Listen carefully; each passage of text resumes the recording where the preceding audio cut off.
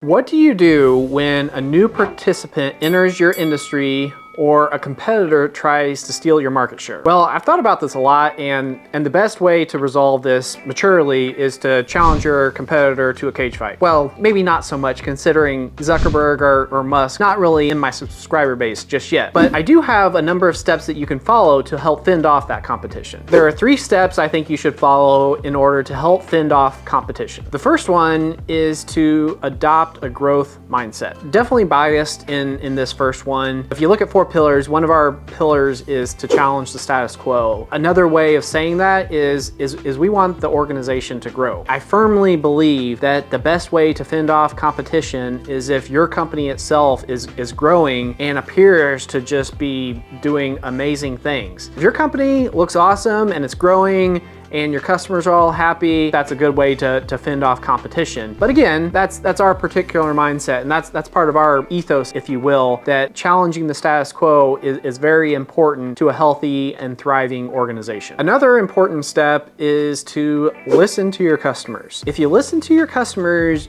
you're going to get a lot of information. You're going to get information about whether or not their order showed up on time, whether or not their order was accurate, whether or not they like the person that they're working with in your company. You're going to get a lot of information, and sometimes it's going to be good, but sometimes it's going to be bad. And whenever you start to hear that negative feedback, the last thing you want to do is get defensive. I mean, you really want to take that feedback to heart, because the more negative feedback a potential customer has, the more room a new competitor has in order to force you out, or at least to try to force you out. Listening to customers not only gives you an opportunity to help improve your service, improve your product, improve execution, etc. There's also a good chance that it will help you get a preview or early warning that a new competitor might be about to enter the fray. Adopt a growth mindset. What does that really mean? Well, I can point to one of our portfolio companies to give you an example. That company was, before we bought it, 3rd generation family run business. They primarily focused on one segment of the market because in their views, the other segment was not very attractive to be in, or the equipment was too costly. Really, what it boiled down to was you ask why you don't want to do this, and all you heard were these reasons as to, oh, they wanted to do it, but they couldn't for whatever reason they came up with. I believe the story that was being told to me. However, after being in the business for a couple of years, started to question it a little bit, particularly around the equipment that would be required to pursue this new type of work. Well, fast forward another year or so, we're making capital equipment decisions, and the president of the company suggests that we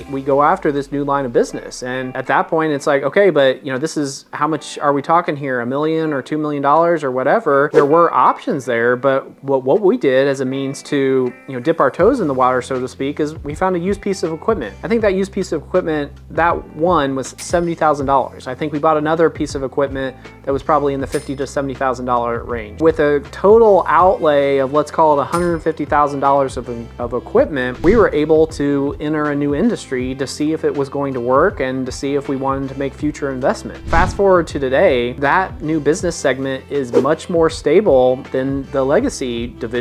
What's more is by having these 2 divisions, we have less cyclicality, because what happens is if one side is slow, the folks in that business can help on the division that's a little bit more capacity constrained, and vice versa. So not only were we able to increase revenues, we were able to increase the stability and consistency of revenues and cash flow. So in terms of magnitude, what are we talking about here? Adding new service line will double the business easily. I might have mentioned this example before, but with another one of our portfolio companies, we have an excellent example of what it means to listen to your customers, or how you can listen to your customers to help fend off competition. Throughout the months, maybe even years before we bought the business, one of their key customers consistently told them that they would like to see more investment.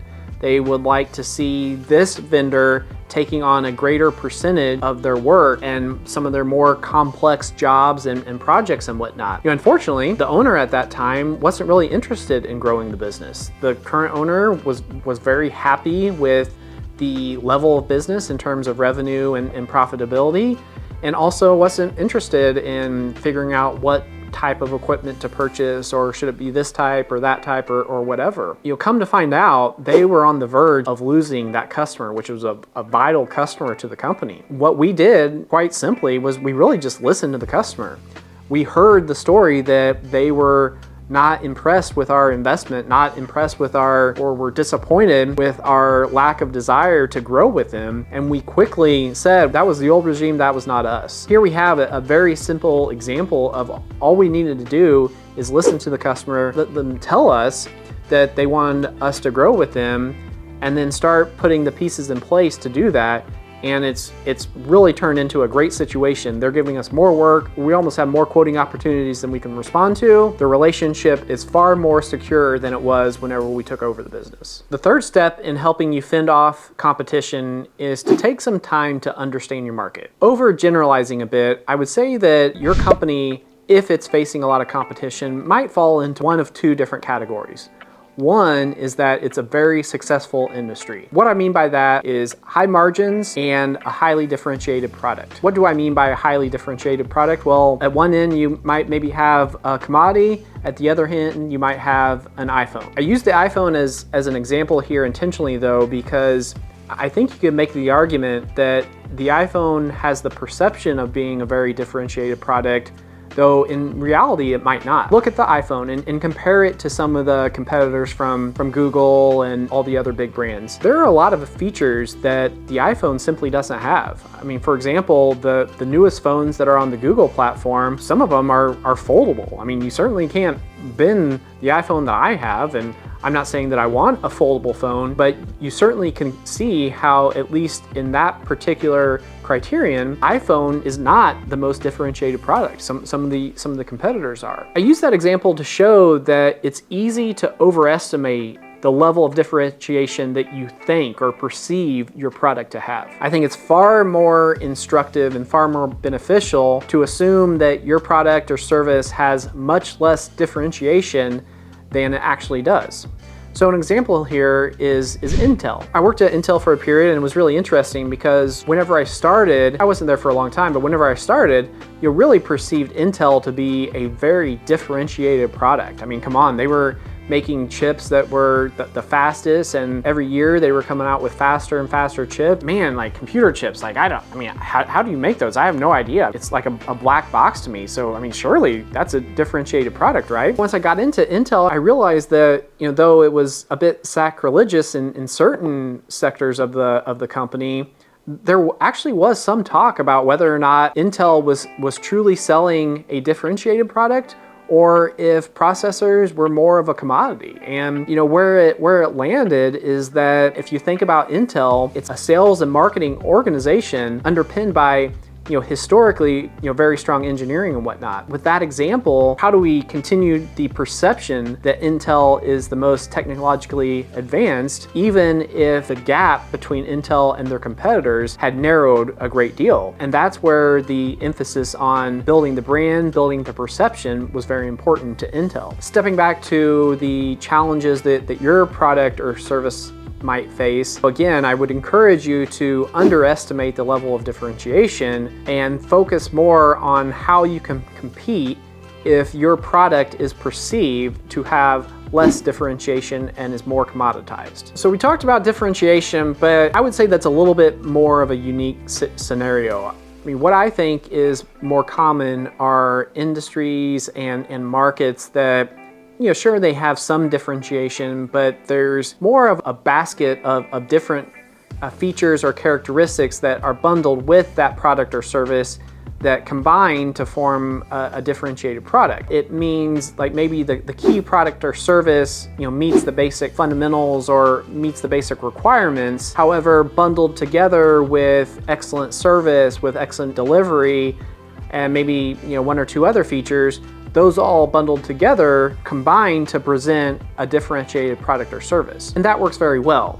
However, the challenge here though is to think about if competition within your industry or market is increasing, or if there has been a new participant enter your market, then I think you can make the argument that you or your competitors or someone, they're not doing something that your customers value. And I mean, that's something very important concept to think about, and it's also something very important to really analyze your company, customers, product service, your delivery, logistics, et cetera, et cetera. If you really feel like the competition is increasing because of a shortfall in the industry, well, if you're not doing that, that actually presents a great opportunity for you to more quickly start doing whatever it is that the market perceives is missing. Clearly, there might be a new competitor that's entered the industry that thinks that they've solved that riddle. I would say that you're still in a pretty good position as an incumbent of being reliable with your current customers.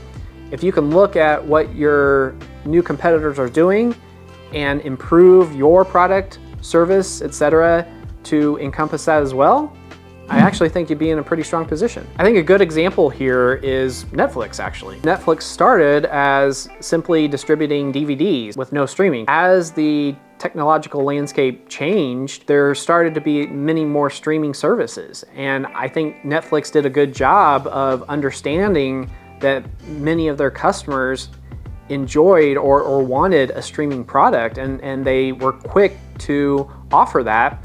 And now you know where they're at today with only being a streaming service. I think Netflix represents a great example of paying attention to the market, how it's changing, seeing that there's a gap, a desire that your customers want, and pivoting or changing so that you can meet not only the needs of your current customers, but what you expect to be the needs of your customers, not just today, but tomorrow and several years down the road. To all my competitors out there watching this video right now, please just send me location. We'll get that cage fight scheduled.